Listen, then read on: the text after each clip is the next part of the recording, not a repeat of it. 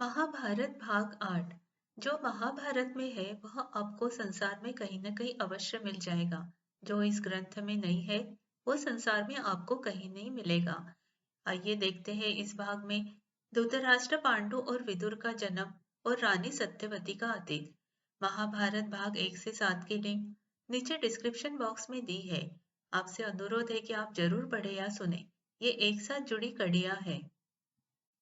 महाभारत भाग 7 में आपने देखा विचित्रवीर्य अंबिका और अंबालिका से विवाह कर लेते हैं। अब आगे कुछ समय बाद विचित्रवीर्य क्षय रोग से पीड़ित होकर मृत्यु को प्राप्त हो गए। दोनों रानियों को कोई संतान नहीं होती है। कुरुवंश नाश हो जाने के भय से रानी सत्यवती भीष्म से दोनों रानियों से विवाह करके संतान को जन्म देने कहती हैं, लेकिन भीष्म अपनी प्रतिज्ञा के आगे मजबूर थे। हस्तिनापुर के सिंहासन पर कुरुवंश से संबंधित ही बैठ सकता है। रानी सत्यवती अत्यंत दुखी हो जाती है। आखिर में वो महर्षि वेदव्यास को बुलाती है। महर्षि वेदव्यास रानी सत्यवती के पुत्र थे। कथा के अनुसार द्वापर युग में पराशर नाम के सिद्धि संपन्न ऋषि थे। एक दिन वो यमुना पार करने के लिए नाव में सवार हुए। नाव उस दिन मछुआरे की पुत्री सत्यवती चला रही थी। सत्यवती की सुंदरता देखकर ऋषि पाराशर उस पर मोहित हो गए। सत्यवती से उसका साथ मांगा, लेकिन सत्यवती ने कहा कि विवाह से पहले अनैतिक संबंध रखना धर्म के विरुद्ध है। वो ऐसा नहीं कर सकती। पराशर ऋषि निवेदन करते रहे। ऐसे में सत्यवती तैयार तो हो गई, लेकिन 3 शर्तों के साथ। पहली यह कि उन्हें ऐसा करते हुए कोई नहीं देखे। ऐसे में तुरंत ही ऋषि पाराशर ने एक कृत्रिम द्वीप बना दिया जहां उन दोनों के सिवा तीसरा कोई नहीं था। दूसरी शर्त यह कि उनकी कौमार्यता किसी भी हालत में भंग नहीं होनी चाहिए। ऐसे में ऋषि ने आश्वासन दिया कि संतान के जन्म के बाद उसकी कौमार्यता पहले जैसी ही हो जाएगी। तीसरी शर्त यह कि वह चाहती है कि उसकी मछली जैसी दुर्गंध मनमोहक सुगंध में बदल जाए। तब पराशर ऋषि ने उसके चारों ओर एक सुगंध का वातावरण निर्मित कर दिया, जिसे कई मील दूर से भी महसूस किया जा सकता था। सभी शर्तों को पूरा करने के बाद सत्यवती और ऋषि पराशर ने संबंध बनाए। कुछ महीने बाद सत्यवती को एक पुत्र हुआ, जिसका नाम कृष्ण द्वैपायन रखा गया।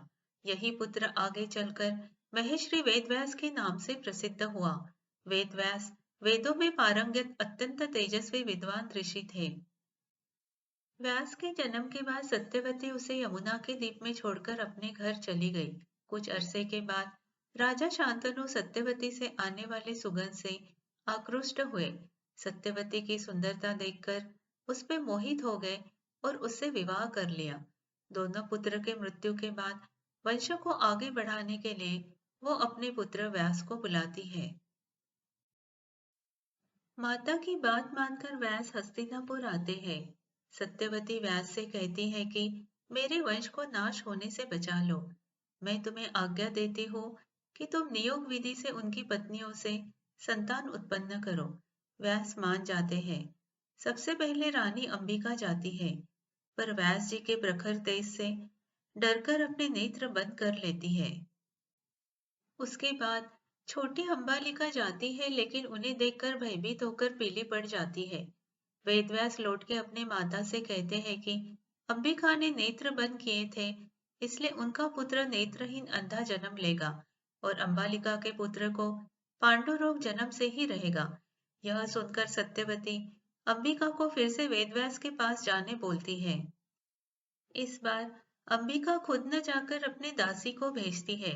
दासी निर्भय होकर वेदव्यास के पास जाती है। इस बार वेदव्यास ने सत्यवती से कहा कि दासी के गर्भ से वेद वेदांत में पारंगत अत्यंत नीतिवान पुत्र जन्म लेगा। वेदव्यास तपस्या करने चले जाते हैं। समय आने पर अंबिका के गर्भ से जन्मान धृतराष्ट्र, अंबालिका के गर्भ से पांडु रोग से ग्रसित पांडु तथा दासी के गर्भ से धर्मात्मा विदुर का जन्म हुआ। आगे के महाभारत भाग 9 में देखते हैं महाराज पांडु की कथा। अगर आपको कहानी अच्छी लगी तो लाइक करें और मेरे चैनल को सब्सक्राइब करें। धन्यवाद।